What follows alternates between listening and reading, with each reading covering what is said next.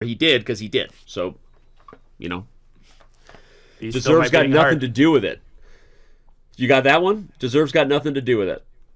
Deserves got nothing to do with it. That rolls right off the tongue. Might enter my regular rotation. It's one of the most famous lines. Wow. Wait, it is? All right. We still got work to do, team. We still got work to do with Danya. Hey, everyone, calm down. It's okay.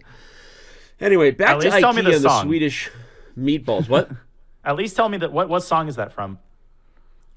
No, it's not a song. It's a movie. The actor who said it.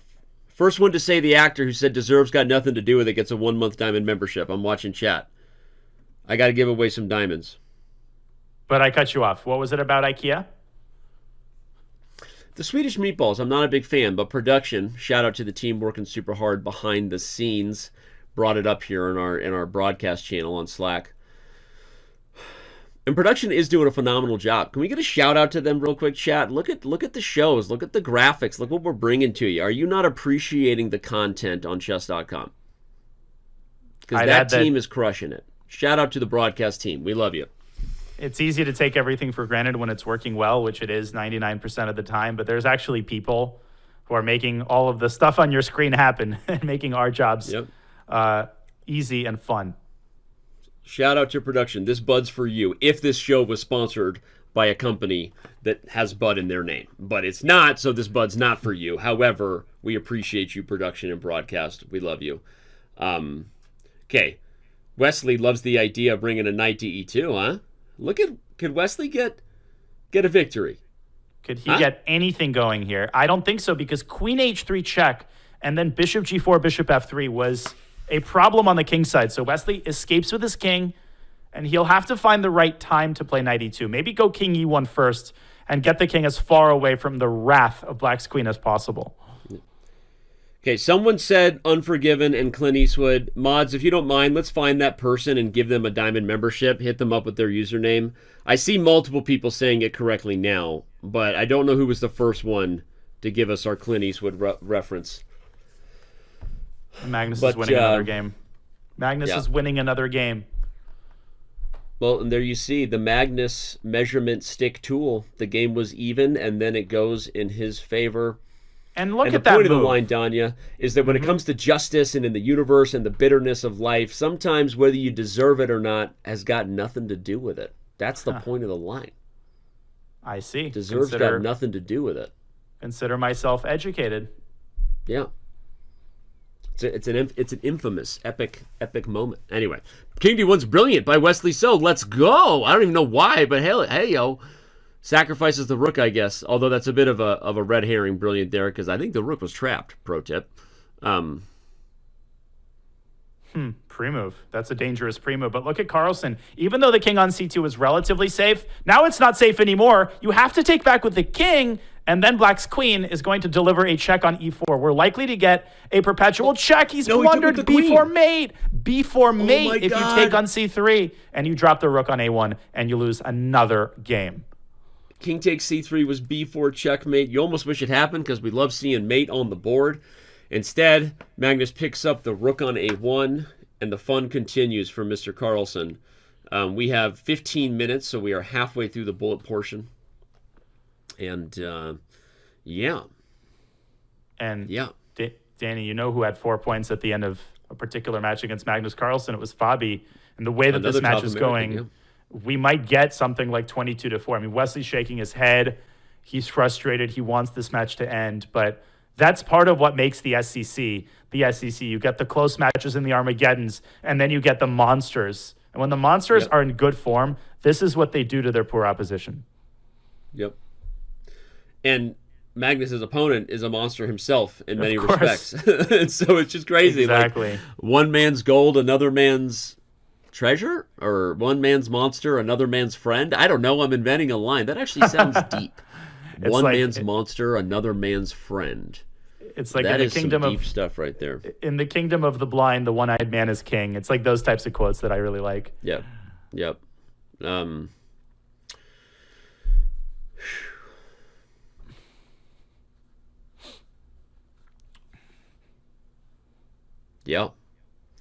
And Not on much the note, to say, Danny.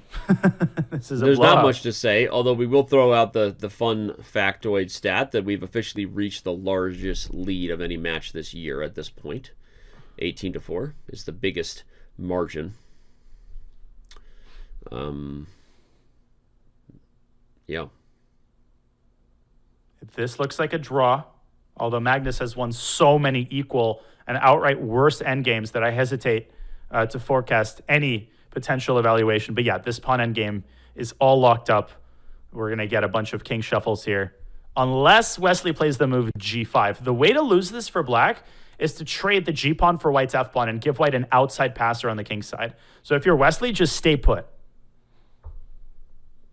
Agreed. Again, agreed town. Town, exactly. Agreed. He forgot the second part of that city. There you go. We got to find the winner of this Clint Eastwood thing, because I got to give away a diamond membership today. Yeah, there were a lot of guesses, so might be a photo finish. I'm gonna guess our audience was young enough, and or they didn't know it off the top of their head, that they probably just Googled "deserves got nothing to do with it," and the moment you do, you get your answer. I'm not taking away anyone from their movie trivia, but not everyone's pop culture game is on point all the time, as we've learned with my co-host. I feel like Magnus might play f5 or something. I mean, you actually can play f5, and it's still a draw. In a 30-second game, Danny, that's a classic flagging technique. What you do is you pre-move 10 or 15 moves, and then at the moment your opponent least expects it, you play a move like f5. So you set your opponent up for a pre-move, and then you shove that pawn through. What that is unnecessary in the context of this match. It's unnecessary roughness, right? And you would be flagged for indecent handling of your lead on the match scoreboard is what the flag would be. I'd pull the flag out. Magnus, you're getting a penalty. Unnecessary usage of the dirty flagging technique.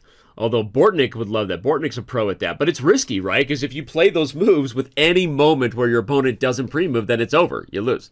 So, yeah. It's fun stuff. Yeah. Ali Reza kind of also pioneered a lot of those pre-move tricks back in the early days of 30-second chess, back when I used to play these nighttime matches with him. I learned a lot of dirty flagging techniques from Reza. But right now, Magnus is, knight c4 resigns, and you drop the minor piece. Yeah, it's just going off the rails. Yeah, Magnus was hardly happy about that himself, or at least he appeared to be slightly dejected. And there you go. The lead is 19.5 to 4.5. Let me ask you this, Danny. Has Wesley won 2 games this whole match? How many games has Wesley won? The fact that we can't even remember, I think, speaks volumes about the course of this match. Yeah. All right, we have our winners. Dubik on Twitch, and Factor is here on YouTube. You each get a 1-month diamond membership. Reach out to Ahmad, give him your username.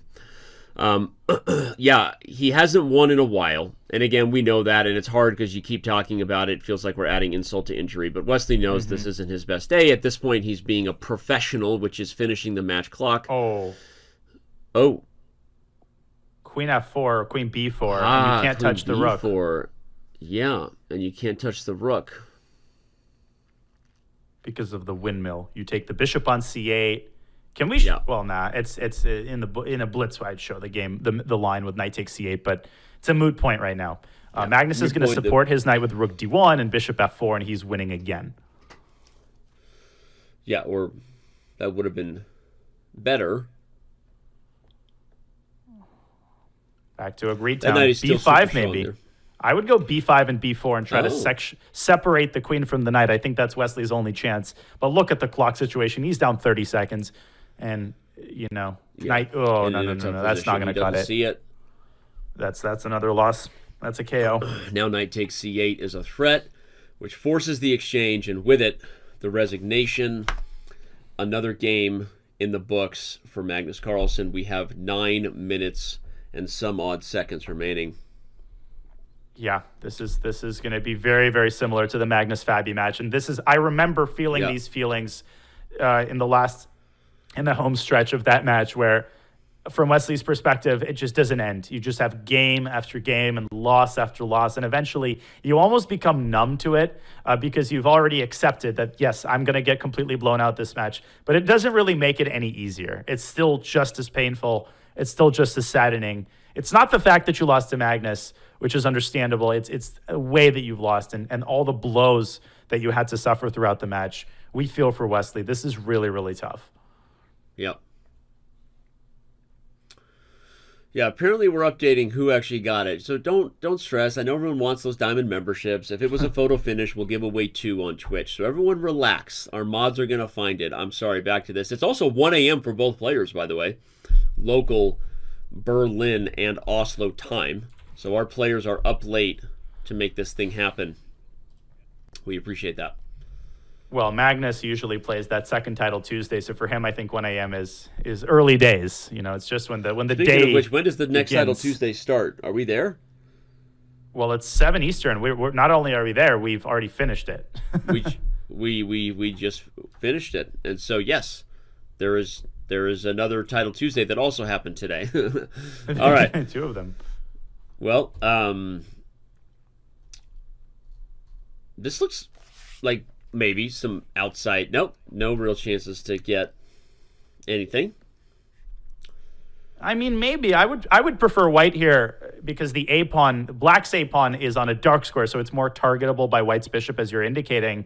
The problem is bishop A3 and bishop B4, an excellent defensive maneuver for Carlsen. Bishop C5 here with blunder to rook C8. So you can definitely find a way to lose this if you're Wesley. I think he's going to go bishop C5 now, but Magnus can support his bishop with rook to B1 or even rook to A1. Yeah, rook A1 is a fun way to do it, although it doesn't work. Yeah. Little Czechoslovakia on C8. Okay. Sorry for that. We're just playing lines in our head here, everyone, but that was a fun little way to lose. Instead, we get a bunch of passers, a bunch of queens. This is just good old-fashioned family fun right here, right? And this is just, you lose a queen, you get a new one. NBD. Jesus. I don't think Magnus could lose a game if he tried.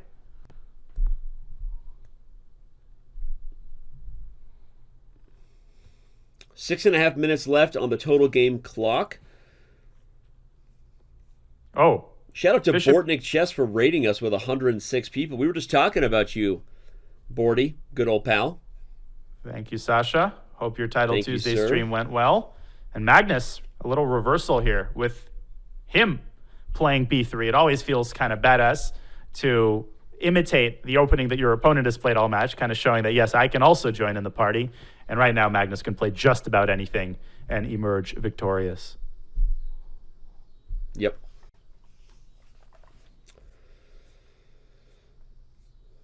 Ugh.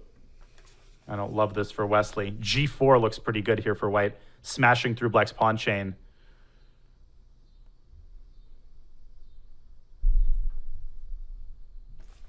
Knight C4. Oh, there's G4. Look at the tactics, Danny. Knight D takes E4 is coming in. Yeah. It's a reverse French, right? We see these variations in certain lines of the Tarrasch with colors reversed, right? This idea, not these variations, this idea. And it's an aggressive one, but here comes the fun, as I said. Good old-fashioned family, discovered checking, the kind that you write home to mom and dad about and say, I got a really cool tactic, and then they're like, why are you sending a letter? It's the year 2023. You could just call us. This is Bobby Fischer-esque for Magnus Carlsen. There were only a couple of players throughout chess history that could dominate top opposition across all formats, of course, because Blitz was less prominent in Fischer's day. Fischer did this in classical chess in those U.S. championships where he scored 11 out of 11, hence the term Fischer Prize, which is that additional $64,000 you get if you win the U.S. championship with 11 out of 11. Hikaru Nakamura, he's been doing this online for many years, but Magnus Carlsen, this is what I was talking about, Danny. 3-4 years ago, was he winning online tournaments? Absolutely. Was he amazing at Blitz? Absolutely. Was he winning with these kinds of margins and with this kind of speed and accuracy in Blitz and in Bullet? No, right? This is how Magnus Carlsen has reshaped himself. He's entered the Hikaru Nakamura level of domination as we see an excellent move by Wesley, slicing off the connection between the queen and the knight, and black's queen is going to pick up all that stuff on that diagonal. And Wesley might win this game, finally. I agree with every point you made, and this is an improved Magnus Carlsen, as if that was a possible thing for us to say. He is, we rebuilt him, right? He is the $64,000 man, $1 million, I don't even know, but he's playing incredible chess, although, as we say that, and rightfully sing his praises, I think Wesley So, knock on wood, real effing hard. Okay, because I don't want to jinx, and I've done it before. No bleeping coming out of my mouth. Wesley So gets the dub. Doubly so, let's go. That's got to feel good, man. At last, he takes the win, and in very nice style, too. Rookie 4 was an amazing move. Yeah, Rookie 4 was a phenomenal move. That was... The comeback begins. Yeah, total heads-up play to see the opportunity to cut off the queen from protecting the knight, who, as Danya said, was critical because of the b3 pawn. So, all right, 2.5 minutes, 2 minutes plus remain. There's a decent chance if they play this one to the wire that it's the last game, depending on how much increment gives us as far as extra seconds on the clock. But it's been awesome. We've got interviews ahead. And Magnus, I don't know what Magnus it is that is causing consternation, but it's definitely not the match score.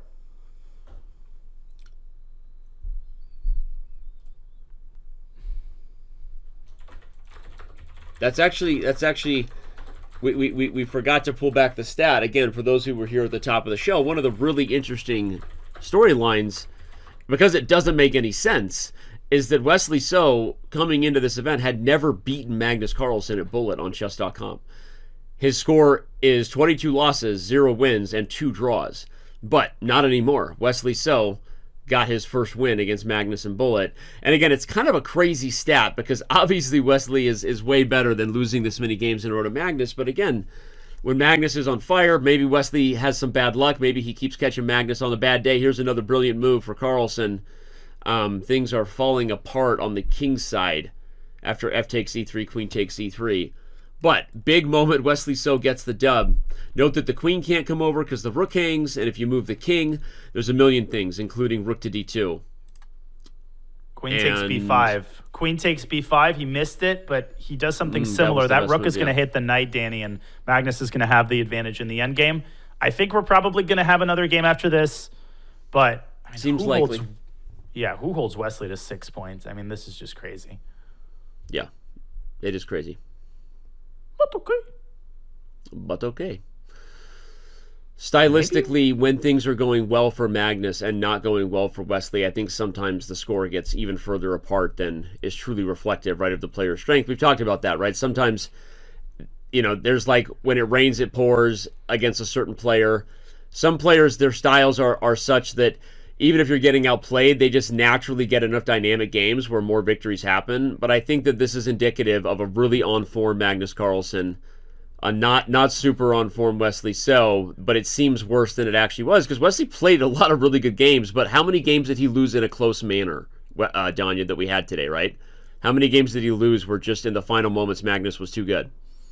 And it started as early as the first game, right? The very first game, which feels like it was in a different universe, and we are going to get one final game with 15 seconds on the match clock, but it's purely academic at this point, obviously. The very first game, Danny, was an end game. We thought that Wesley was equal. He had a comfortable position. Boom, he loses it. He saves the second game, but then Magnus had maybe 3 or 4 more victories in the 5-minute portion that took on that exact game arc, where they got into an end game, slightly better for Wesley or equal, and then in the snap of a finger, Magnus turns it around and wins. I think that honestly set the tone.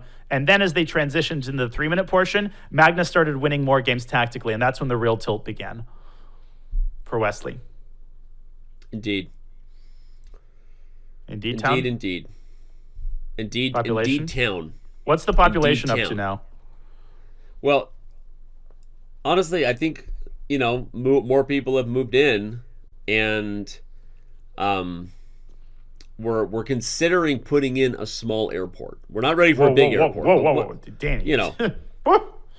One of those airports you can get to with one of those puddle jumpers where you're shaking the whole time and doing that thing where you really try to reflect on how much you appreciate your loved ones because you never know, right? And I've done it once, never again. Yeah, a little puddle jumper. And we're bringing people into Agreement Town population, us, on puddle jumpers now. I think it's an international airport now. Flights to Canada and Mexico. It's like those international airports that are called an international airport, but they barely have any regional flights. And you're like, right. Oh, in the 1960s, there was one flight to like Vancouver, right over the border. Right. Yeah, and we have since canceled that flight. Exactly. A long time ago. Magnus frustrated with where this position's going, by the way. Wesley is on pace to have a good final game. Right. We shall see. Wow. Now he rotates the knight over to d6, gets the kebab on d7, the ice skater. And the final moves of this match, this blowout, Magnus Carlsen continues his series of incredible performances, but all of this is building up for, I was going to say the most epic final of SEC history was last year. I think that the form of the players, Danny, tells us that this year has the capacity to beat last year in terms of entertainment value and quality of play, which is saying a lot. I think it's quite possible. Plus, it has some stakes that, I in some ways, if possible, are even higher, right? The prize fund's a little higher, but that's not it. It's that these guys have now played in the SEC, and with Nakamura winning, he hadn't beaten Magnus in the two finals where they had played previously. And in 2020, he didn't play Magnus because MVL beat Magnus. And so, as good as Hikaru is, there were always questions of what happens when he runs up against Magnus, right? That was the truth. And you see a confident Hikaru Nakamura against Magnus Carlsen that is just, it makes for some of the most epic moments, right, in chess when they play. And so now that he's beaten Magnus in this format, I think beforehand people always thought Magnus was the favorite in any format. Is Magnus Carlsen the favorite in the SEC format anymore? I don't know. What do you think? Maybe not when he goes up against Hikaru. No, especially after, the BCC was 1+0